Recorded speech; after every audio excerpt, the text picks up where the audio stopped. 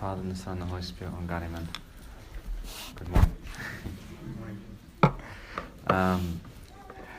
By God's grace, the next two lectures I was told to talk about, as I mentioned yesterday, the dangers and effects of media on the servant, and then the next one will be on how to grow spiritually.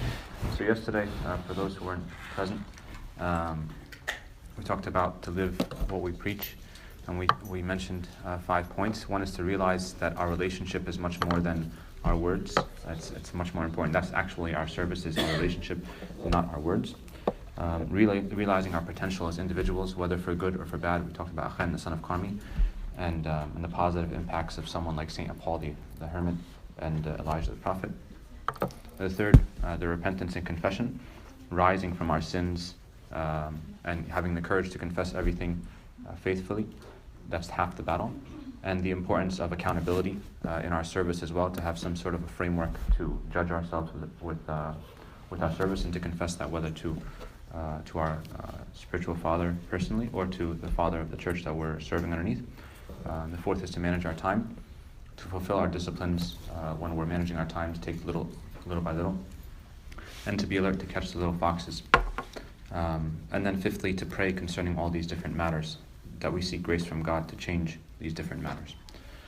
So today, we'll talk about the dangers and effects of media. It's one of the things that when we use media in a godly manner, we will be able to fulfill the idea to live what we preach. So some questions to put us in perspective. How many of us check our cell phones before we wash our faces?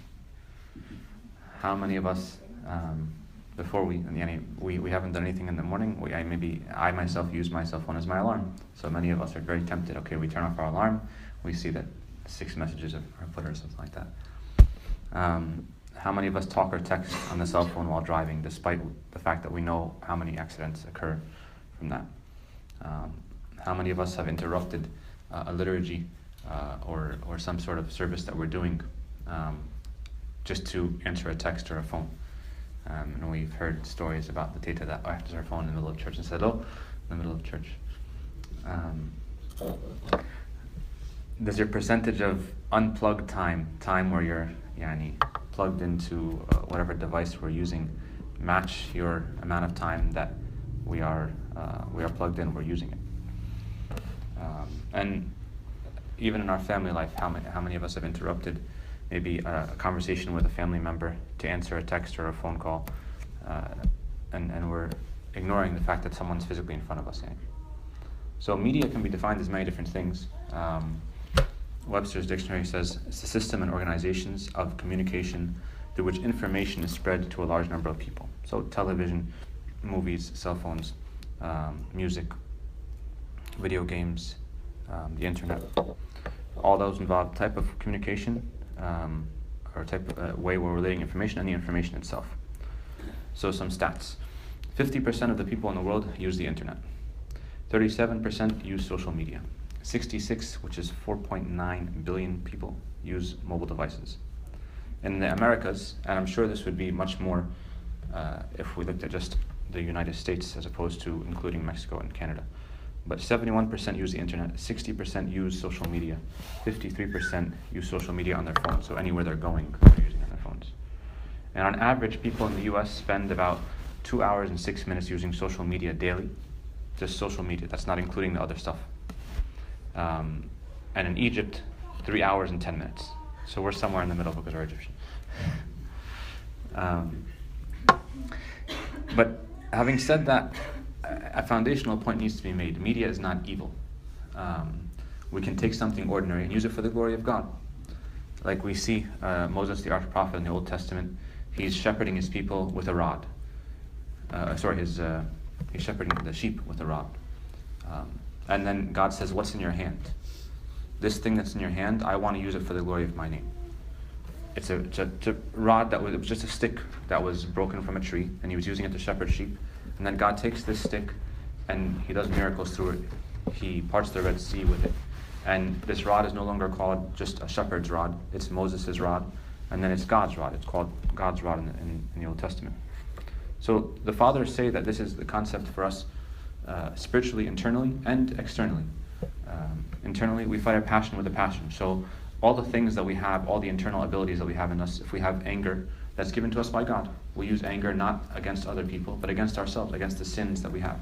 If we're going to scrutinize things, we scrutinize ourselves and our sins, and not things outside of us. Pride. Pride is for good too. We're supposed to have pride and thanksgiving and love in our love for God, not for ourselves. So this applies to the material things just as much as it applies to the internal things.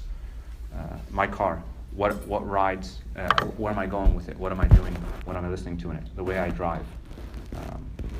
In home, what I do, is it like the church, or is it completely different from the church? My cell phone, who do I call? Who do I text? What am I talking about? How detached am I from my cell phone, or how much do I feel like I need it? Having lived in the monastery for 9 years, I feel like my charger is my umbilical cord. Like I feel like I have to go around with it. Even right now, I'm using my social media. What do I post? Who do I look at? Who do I reach out to through it? The internet. There's tons of information that's there. What do I allow myself to see and hear? The music, what do I hear? So I want to split it up in general into two different topics. One is media that impacts ourselves as individuals, and then media, how it affects our relationships with others. So in regards to impacting ourselves, there's endless possibilities on the internet. There's all this information all over the place. And that's just it, is that there's endless possibilities. So we spend so much time on the internet, surfing the internet, trying to fill ourselves with new information. Baba Shnuda had a nice saying. He said, no one can know one thing about everything, and no one can know everything about one thing. And many times when we're searching the internet, we're constantly being distracted by learning, oh, this is a new thing, and we keep on going to something else, or we want to keep up with the news, or we want to do something for the service to be able to understand what's going on with the youth. And we're going from one thing to another, and we're getting distracted. And this is similar to what is said about some philosophers in Athens in the book of Acts. When St. Paul went to Athens to preach there, the philosophers of the Areopagus, it said of them, all the Athenians and the foreigners who were there spent their time in nothing else but either to tell or to hear some new thing. And so our new Areopagus, where the philosophers gather, is the internet. And we search randomly for a new piece of information. Just some random titles of videos on YouTube. 25 completely random and useless facts you should know. And we watch this stuff. This video will change your life. Of course, we all at some point probably watched some video of that. This is like a most inspiring video. You will cry. We want to cry. There's constant distraction. We're used to being distracted from these different things. And so we can't, when we come to spend time with God in silence, and the ways that our fathers taught us from the beginning, it's much more difficult because we're actually becoming addicted to distraction. Not just becoming addicted to the internet, we're becoming addicted to distraction. That I cannot continue any particular task for more than like 5 minutes, if that. My mind, as the more I use things on the internet, the more I'm getting distracted. Saint Isaiah of Shahid, he says, if you do not want to be distracted during prayer, do not expose yourself to distracting matters when not praying. Because whatever we have in our mind that we're praying with is going to be from the pool of thoughts, the pool of sensual inputs that we've brought in. Whatever we've saw, whatever we've heard, whatever we've smelled, whatever we've touched, whatever we've dealt with all day long is the thoughts that are in our mind. And so when we come to pray, we're going to use that material in prayer. So either it's going to distract us if we have not connected it to God, or it can help us if we've already connected that material to God. And it's not like we're going to just spend like our whole entire day like a hermit looking at an icon of Christ or something like that, or at the cross. Yes, we're going to look at different things, but we have to be able to see them through the eyes of God. But when we're constantly tainting our minds with random images, especially images, and videos, then it's much more difficult. How many of us know who the pineapple pen guy is? Maybe it's a little bit older, but all the younger guys probably know. It's just a random video. If I showed it to you, and there's probably like 6 billion people or 10 billion people. How many people in the world? 7 billion people. I want to say that at least 10 million people watch this video, if not more. I don't know what the statistics are. But it's a ridiculous video. There are two sides to our prayer life. Praying at set times and praying throughout the day. So if we deceive ourselves that we're praying throughout the day, in terms of, yes, I'm thinking of God throughout the day, He's on my mind, but we don't have those set times of prayer, then our prayer life is going to be incomplete, because both of those feed each other. And when we come to spend time alone, it's going to be much more difficult. We'll become more circumstantial through media. We're used to being interrupted, like the YouTube suggestions. And if we don't or we're circumstantial in the sense of, if, for example, we text somebody, we're expecting a text message back in X amount of seconds. And sometimes we're actually just sitting there waiting for them to respond back, and we're not doing anything else until they respond back. So our mind is being rerouted. Really, they say, I've watched some videos and trying to prepare for this, they say that our mind's framework is really being rerouted, and that our centers in our brain, some are getting stronger and some are getting weaker. And the same portions of our brain, I'm sure some of you know this more than I do, that are affected by drugs, that are affected by alcohol, that are affected by sensual pleasure.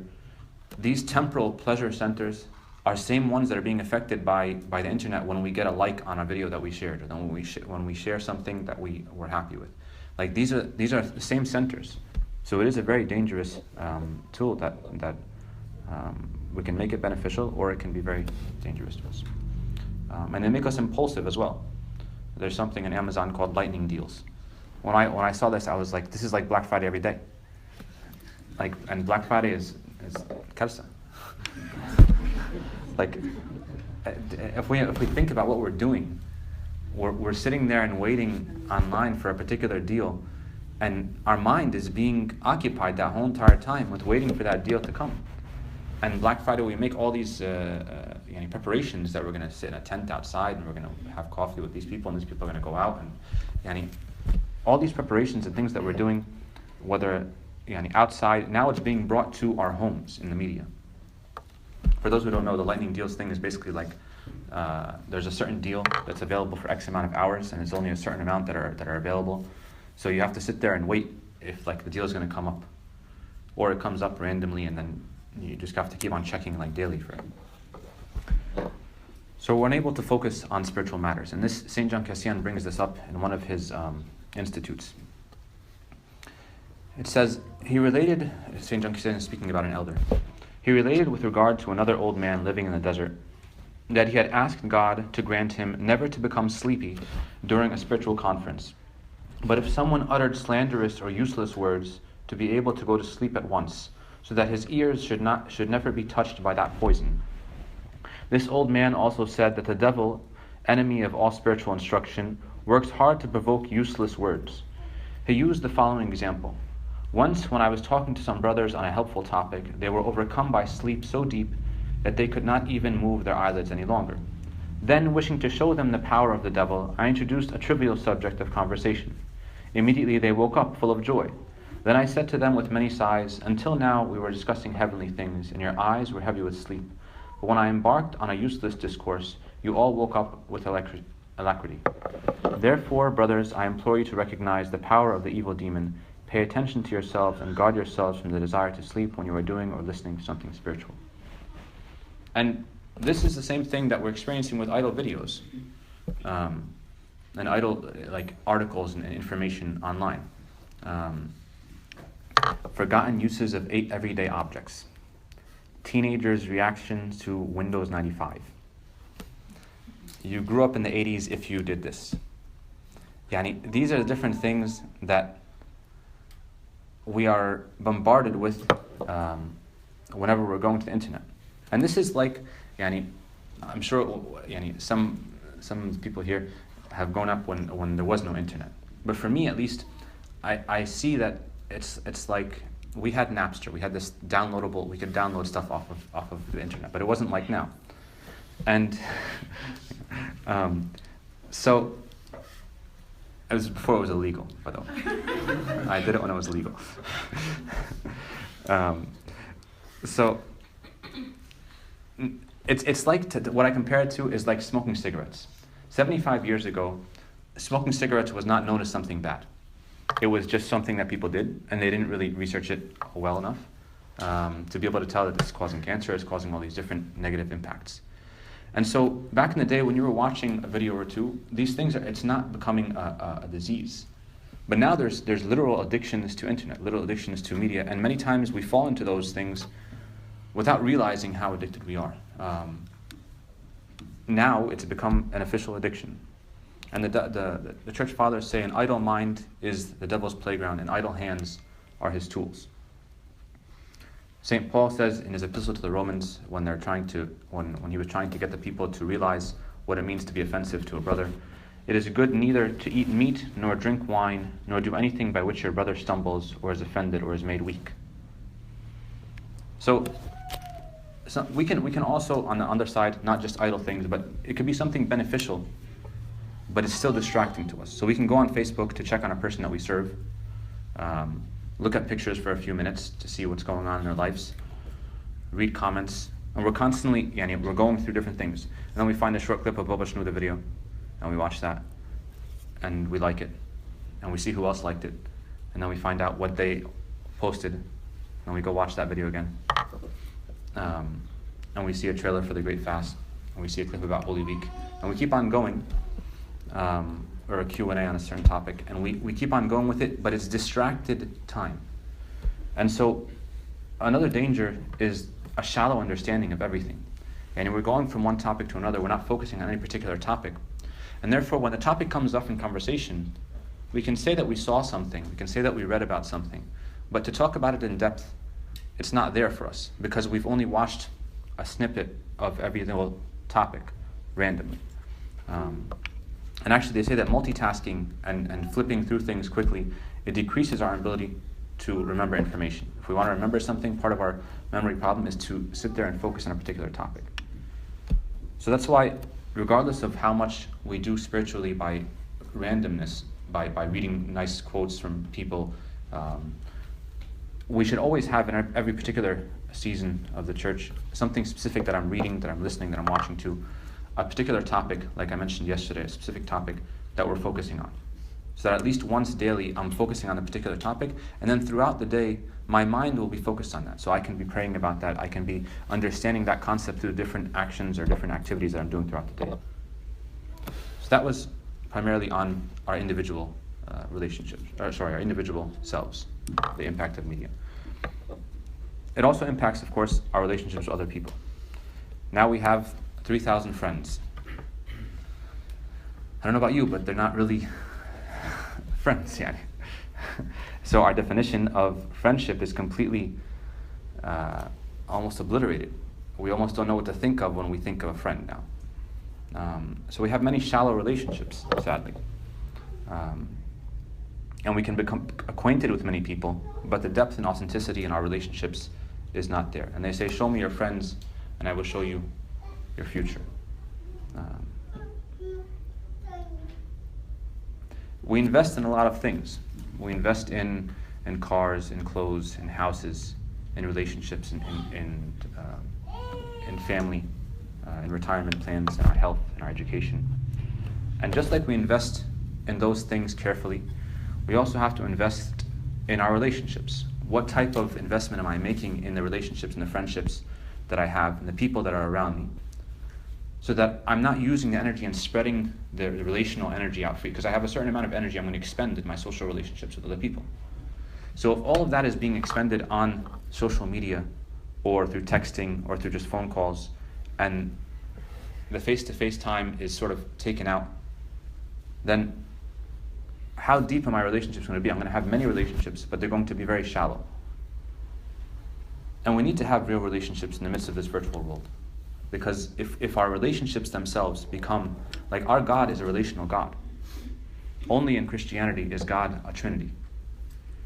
And so there's a relationship of love between the persons of the Trinity. And so we also, part of our worship is to have strong and pure relationships.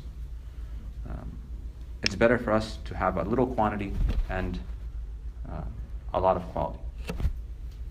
And if we think of our closest friends, how many of them can we say they could stop by our house at any time and we won't feel awkward? It won't be awkward. Or you can call them at a random time when you're going through something difficult, and you can rely on them to be able to expose yourself to them. How many of the people that are in our lives we actually feel that we can do that with? And they say that if we wanted to understand more about ourselves, take your 5 best friends and the 5 people that you spend the most time with, and see what they are in any particular topic. How much they use their social media, how much they like a particular sport or hobby, whatever it is. And then take the 2 extremes in any particular topic and the 2 extremes in the other direction. And you're probably somewhere in the center concerning any one of those matters. So it gives us an opportunity to review what are we doing with our friendships. And like I said, there's nothing inherently wrong with social media. There's nothing inherently wrong with the internet.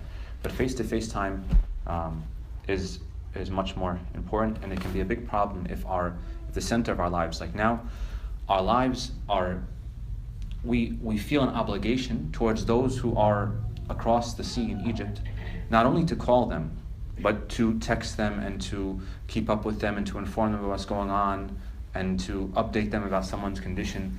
There's a responsibility that's there. And if we get ourselves into that windmill, it's very, very difficult to pull ourselves out. It's not to say to not keep in contact with them. We have to be aware that we are given a responsibility for a particular region. When fathers are ordained, they're ordained for a particular church. When a bishop is ordained, he's ordained for a region. So we have a responsibility towards those in our area that we're serving, not just a general service to everyone in the church. That's very good and very important too. But if we don't serve those and we don't have relationships with those who are around us very strongly, then we're not going to be fulfilling our duty to them. They say that, I'm sure we've heard this before, 93% of communication is nonverbal. 93. They say 7% of any message is conveyed through words. So 7% is words. 38% is through vocal elements. 55% is through nonverbal elements like facial expressions, gestures, and posture. So these things cannot be conveyed in a text message. 7 things that are lost without face-to-face communication: eye contact, facial expression, tone of voice, posture, gestures, timing, like how our words are spaced out, and intensity of words, how we're speaking with intensity. And social media, like I was saying, is rewiring our brains, even in regards to images. Our minds are thinking more in the form of emoticon. Like we know that even IKEA, when you look at an instruction manual for IKEA, they have a bunch of pictures. They don't have words anymore. So our mind is being programmed to think in this way. We're going back to hieroglyphics. We were there for it. So, and media shapes and influences also our perception of certain things very strongly and implicitly. It determines what we think about, what we're talking about. So, what the advertisements that are presented when we go to YouTube, when we go to any news channel, or when we turn on the news, even on the television or on the telephone, those things have a particular agenda behind them. And I'm sure we've all heard this before. But when we go and search for news, we have to be mindful of the fact of what's going on. What are they just because they're focusing on a particular subject? We know, of course, as a Coptic community, there are many things that are going on in Egypt, there are many persecutions that are not televised. And so we have to be mindful of that as we're watching certain things. And we do the same thing. If we have a website for our church, or if we have a website for a particular cause, we have certain things that we want people to know about us. There's a retreat coming up, there's a season of the church that's coming up, there's a theme for the year, there's a particular spiritual or good article or sermon that we want them to listen to. So we put that out there too. But if we don't do a Google search with like a purpose, or if we don't go on YouTube with a purpose, then we're going to be put in the windmill of different topics. And that's why one of the suggestions they say is that don't go to something randomly. Search for, like, don't go to like YouTube randomly. Don't just type in YouTube. Have a particular link that you're going to, and go there, and then from there search whatever you want to search, or just search straight from Google, so that you're not even given the options of the different garbage that's in the site. And of course, in our relationships with others, it also impacts our service. So, as we mentioned yesterday, the outreach. We can call and we can text as a form of outreach, but nothing replaces physically going and seeing the person. Because like we said yesterday, we want to build a relationship. And if 93% of communication is nonverbal, so we're having a 7% maximum for our relationship when we're texting them. And we know that we can, when we see somebody face to face, we see their demeanor, they're upset, they're happy. Whatever they're feeling can be shown on their face. Or when we're going to their house, we see something going on in the house. We see their toys all over the place with their kids. We see posters that are in the children's rooms. That gives us information about them and has us open up discussions with them. So it's not just a text or an email. And even when it comes to different occasions, we text or we email a general text message to everybody. And we all know, just by the way that it's a generic text message, that it's been sent to everybody. So how much does it actually mean to us? So if we want to wish someone a happy feast of resurrection or something, make it personal in some way, and you include their names, so that they know that you, like if we genuinely want to have a relationship with people, it's better for you to send to a few amount of people, and if someone's going to send you, then you can have a generic reply maybe. But if you want to have a genuine relationship, you feel like you need to actually invest in this person. Like we said, we only have a certain amount that we're going to invest. So make it worthwhile. Include their name, ask about something that's going on with their family, something that you knew that happened a while back, something personal in your relationship with them. If you're going to say a prayer for them, make it a general prayer, not God be with you.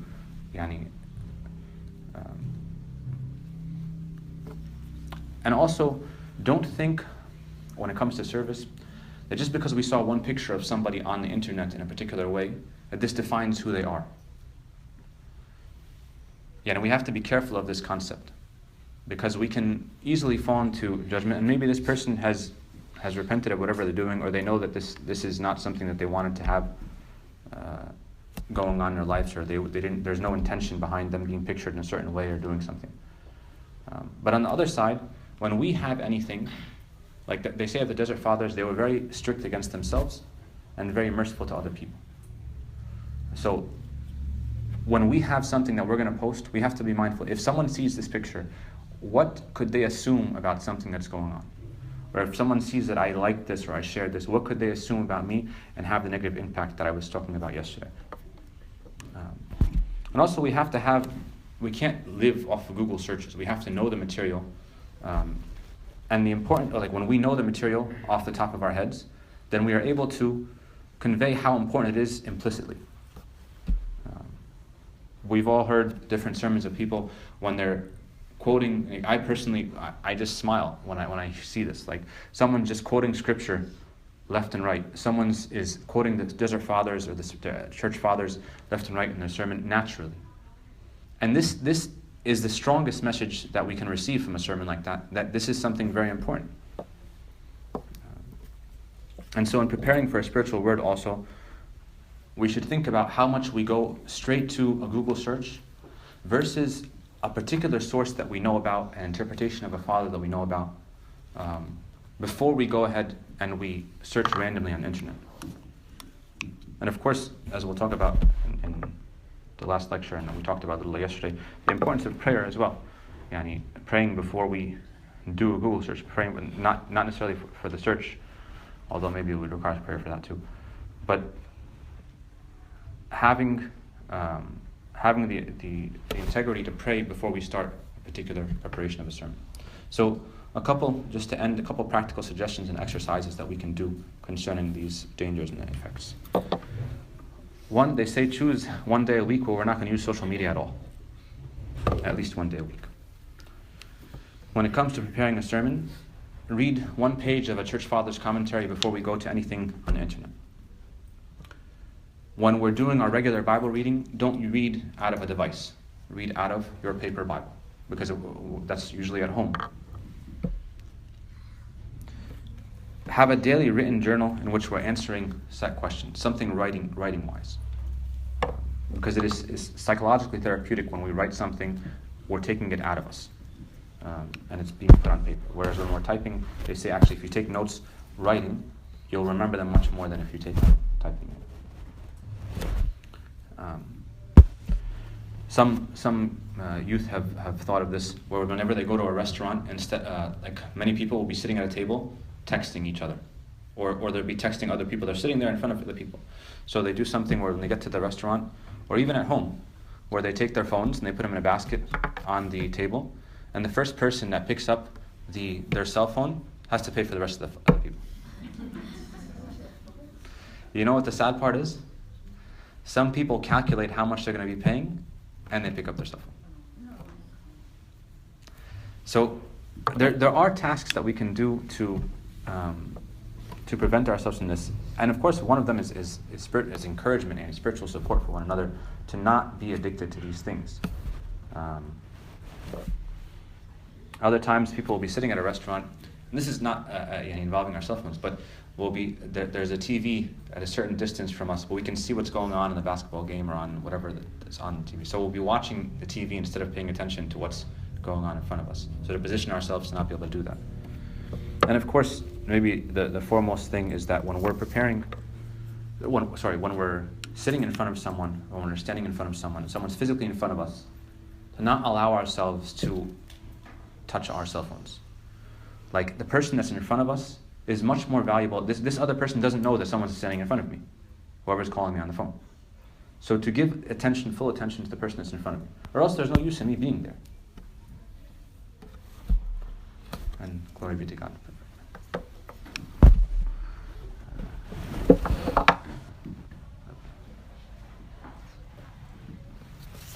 So we'll have a 15-minute break, and then we'll have the next section. Questions? You have questions for everyone first? Yes, go ahead. Talked about the shallow relationships and how God is a God of a relationship, and in fact, how we have a relationship with God. In what way? If our relationship is just a passing relationship with other people, also when we come to pray, it's going to be like we're saying hi to God, and then, okay, I need to attend to this task. We're going to be distracted in our way of giving attention to God. If I'm used to answering my phone when someone's talking to me, then if my phone rings while I'm praying, or if someone is nearby and they're asking me for something, I'm more likely to not even think twice. I'm sure several of us have experienced where when we're praying, we can actually start doing another task and not realize that we don't even know where we left off in our prayers.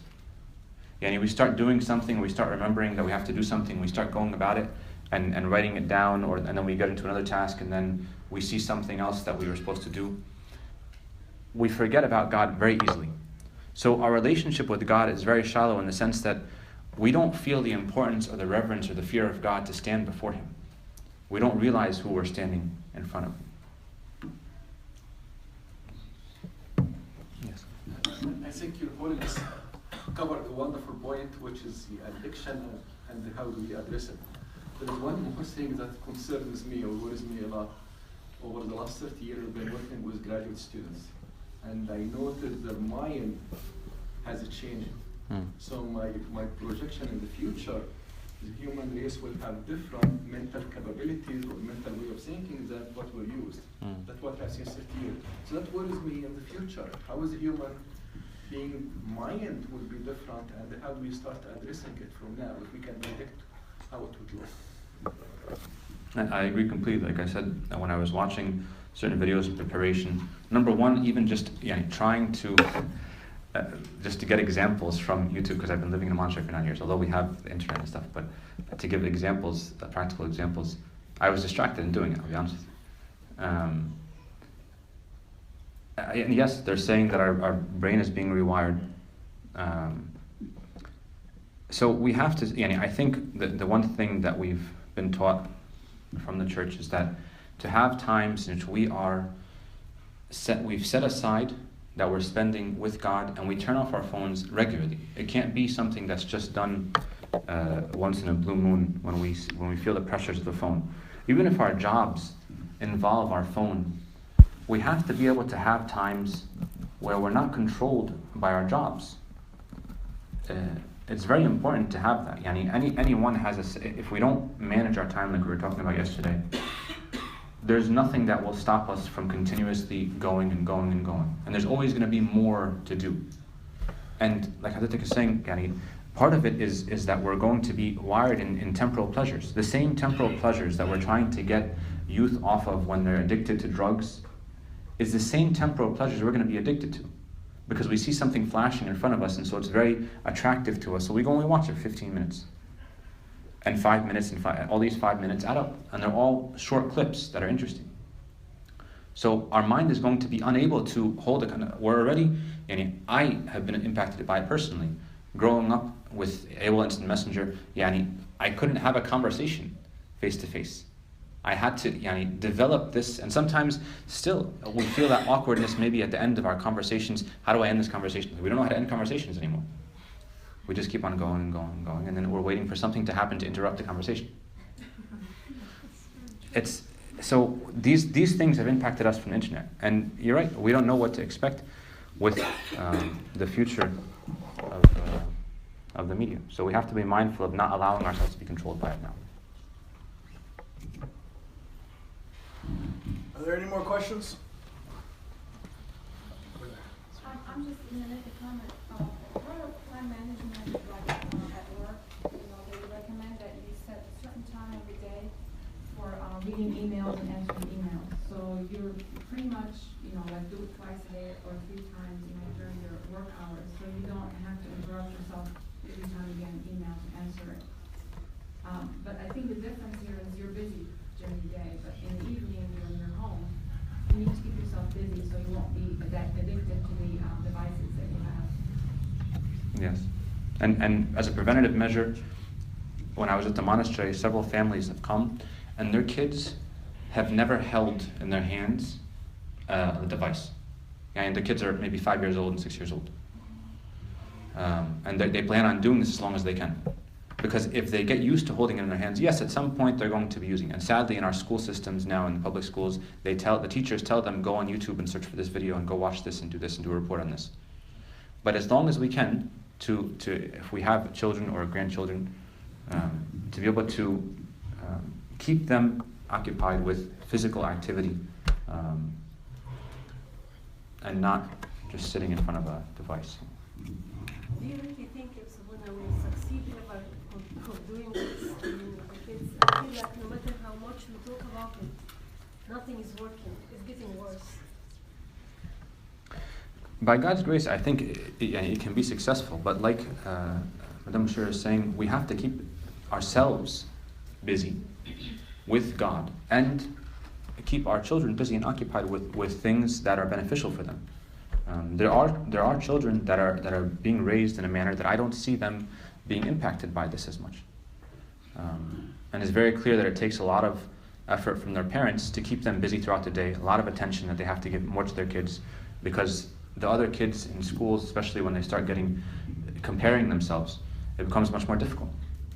Some people have even turned to, for other reasons more than just the media, but they've turned to homeschooling because of the impacts that people, just regular schoolmates have. And originally, the education system in America and around the world was with the Bible. It was from the Bible, and it's from the home. The home was teaching all the concepts of education. Yes.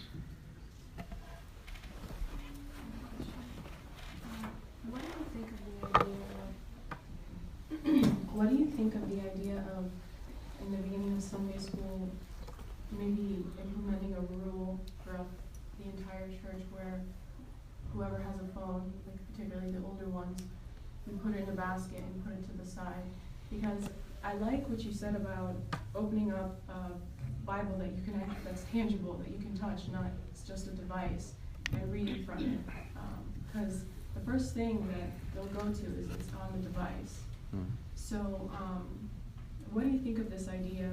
Usually what we tend to do is if we find it distracting and it's in their hands and they're not paying attention, we just take it until the end of class. But if everyone participates in doing this, is this a good idea? I think for an established class, like 10, 15 kids, yes, it can definitely work. Once they have a system in a class and you're going to read the Bible, you have to have, of course, the 15 Bibles to be able to distribute. That's what we used to do. I mean, there wasn't, before I went to the monastery, there wasn't smartphones. We didn't have all the different devices or apps that we have on our phones now. So it is very important. And I think it is possible with a small class. With a congregation, it's much more difficult. I don't know if that's going to really fly, sadly. It has to be more of a controlled thing. And there are people, and I commend them very much. I've heard many people that are joining the church, they're entering into the church older, and they think it unfathomable to bring in their cell phone to church. They leave it in the car. So us, much more so. I mean, we know that there's certain things, yes, there's always going to be something that maybe we'll need it, maybe we'll need it, maybe we'll need it. But if we really, it's almost a form of prayer that we're saying to God, I truly want to not be distracted during the service. So therefore, I'm not going to give any means, because we have everything in front of us. And even in the churches, we have, if we want to follow along the readings, we have the screens in almost all the churches where we can follow along the readings. We don't have to, there's no reason why we have to have it directly in front of us. And if we want to, then we can bring a liturgy book with us. But if we bring our phones with us for any particular reason, we have to ask ourselves, are we making ways for distractions during the service? So I think it's possible with a small class, but with the older generations, they have to make a decision on their own. Okay, no more questions? All right, thank you so much.